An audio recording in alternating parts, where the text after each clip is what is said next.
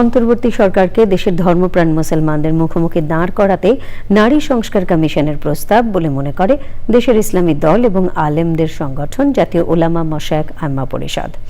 পরিষদের নেতারা বলেছেন, কোরআন সুন্নাহর সাথে সাংঘর্ষিক কোনো কিছু মেনে নেবেন না তারা। নারীর জন্য সমাধিকার নয়, ইসলামের ন্যায্য অধিকার চান তারা। মাসুর শাকিল জানাচ্ছেন।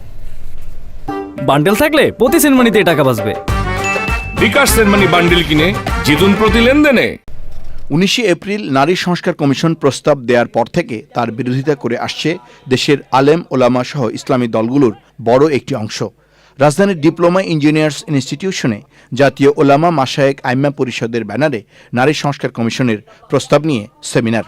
আল্লাহর কোরআনের বিরুদ্ধে এমন কটাক্ষপূর্ণ, এমন অবমাননাপূর্ণ কোন প্রস্তাবনা ফ্যাসিবাদী স্বৈরাচারী শেখ হাসিনা ভারতের লেসপেন্সারও কোনোদিন করতে পারে নাই। আমাদেরকে রাস্তায় নামিয়ে আপনাদের মুখোমুখি দাঁড় করে ওই ফ্যাসিস্ট এবং ঘাপটি মারা শত্রুরা যেন সুযোগ না নিতে পারে, এটা আপনাদের মাথায় রাখার জন্য আমরা বিশেষ করে অনুরোধ করছি।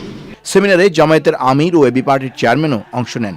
আমি আজকে এই মঞ্চে দাঁড়িয়ে চ্যালেঞ্জ দিচ্ছি, যারা এই সংস্কার কমিশনের রিপোর্ট তৈরি করেছেন, আপনাদের সাথে ওপেন বিতর্ক হবে। এরা সমাজের বিপর্যয়ের জন্য এই প্রস্তাবনাগুলো এনেছে।